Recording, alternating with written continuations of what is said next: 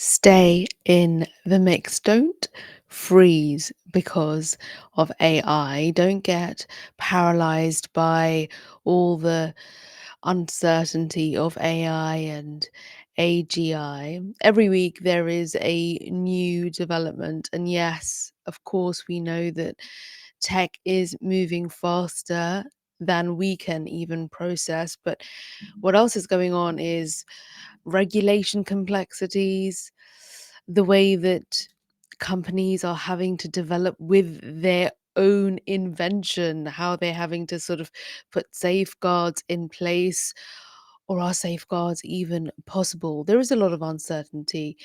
Um, and because of that, it really doesn't make sense as a brand, as a business, to get into this sort of paralysis where you don't know what's going to happen. Is not the best strategy. We all know, and I think you can look at any sort of stage in history, that people who thrive are usually the ones who prepare and do as much anticipation as possible. They might not be able to predict every outcome, let's just say that, but they're at least the ones who will look at suggestions. Okay, this could happen, let's try this. That could happen, let's try this. They're essentially making themselves agile, and they are experimenting inside any sort of changing environment. So what we have to do is we have to learn the tools, we have to test things, test systems, test any software, any apps. And also you've got to sort of test out your ideas, but just don't freeze whatever you do. This is an opportunity for all of us to shape a new landscape. I'd rather be in the mix and then get taken out of it and having tried than not trying at all, not attempting at all, and not experiencing what this sort of transition looks like and having the opportunity to inform it in some way. So that's what I'm going to be talking about a lot more on this channel. If you like it, then you know what to do. Please do subscribe and listen to my Systems and Questions podcast. It's actually new. It's on a separate channel, and all the links are provided. So let's get into this. And I find this often as a content creator, it's just so easy to get into this kind of stuckness of not knowing and then trying to think, oh, what does your algorithm want? Or if you're a business and your brand and you're purely caught up with what do my audience want? What do my customers want? And before you know it, you're sort of forever trying to anticipate from a place of fear and uncertainty, and also wanting to deliver with such haste.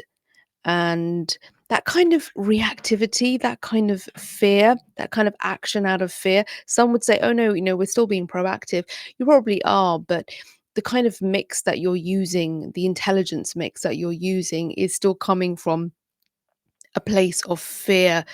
It's almost like a FOMO. It's like, oh gosh, we just can't allow ourselves to miss out of miss out on the benefits of having happy customers or a very engaged audience, or what we don't want to do is get completely left out of some movement that other brands who are your competitors are getting to experience and are getting to leverage.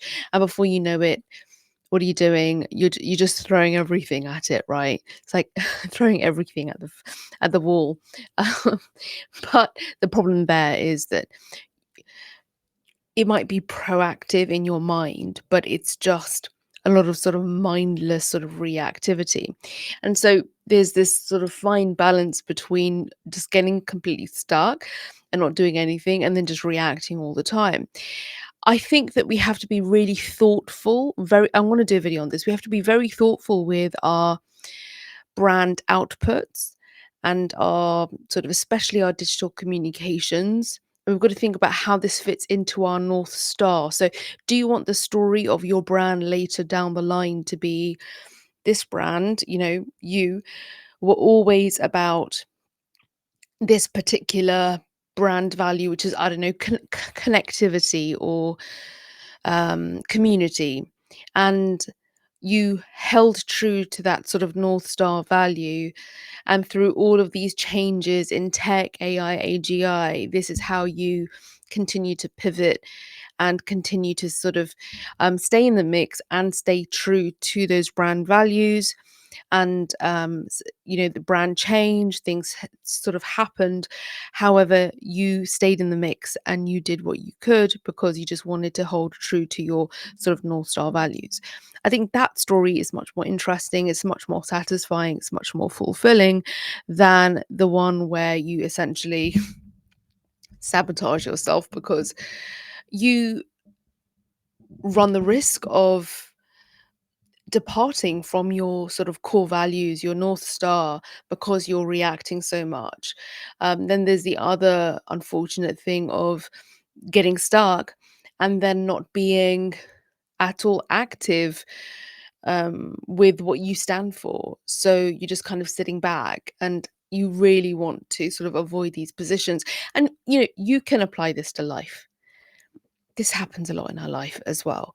When it comes to your own development, when it comes to your own sort of personal context, it can happen quite a lot.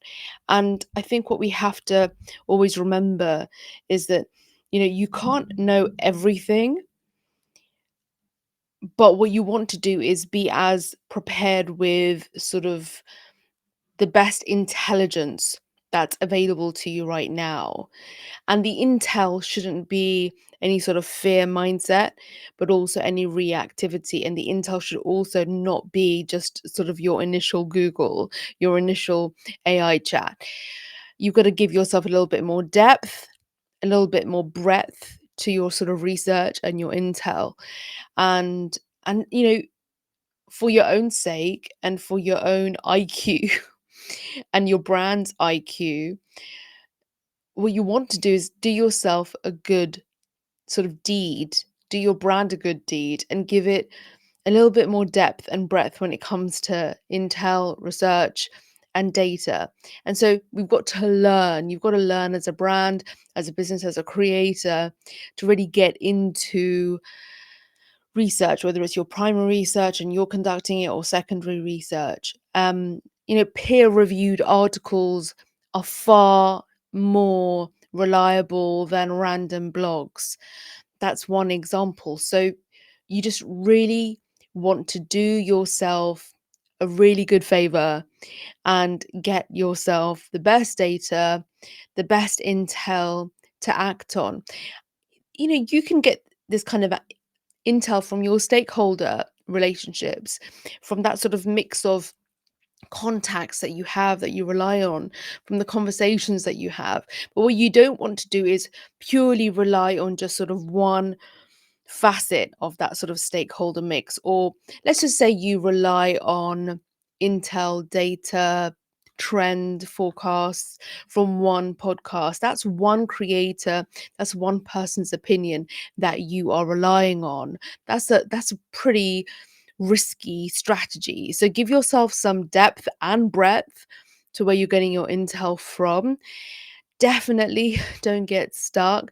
Just, listen to what's going on out there, research as well, and don't come from a place of fear and reactivity. Instead, come from a place of, this is who I am, this is what my sort of core values are, this is what I'm about, this is what's going on from what I see from these sort of reliable from this sort of reliable intelligence that I've gathered, and this is the best that I can do in this moment and be as transparent as I possibly can. And therefore you're doing your brand a good deed, and you're sort of protecting it as much as possible. Remember, you can't be bulletproof in this sort of new digital communications era.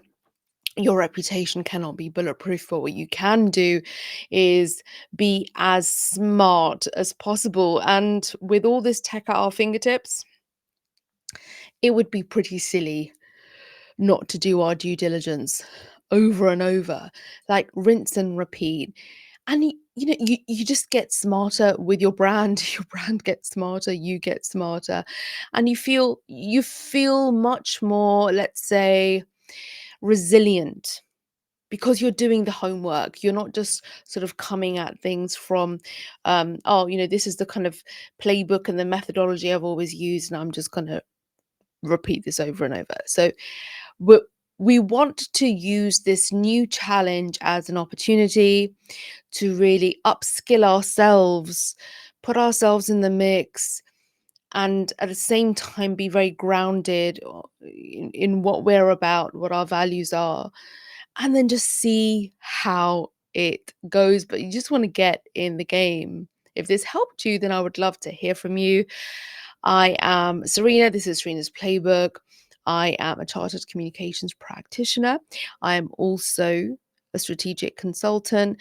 I do a lot of work offline. I'm currently in the last year of my postgraduate MSc in Systems Thinking, and I share many of my findings over here, but also on my media politics commentary channel, which is linked, where my Systems and Questions podcast is housed. So you can check that out. And I'll see you in the next video.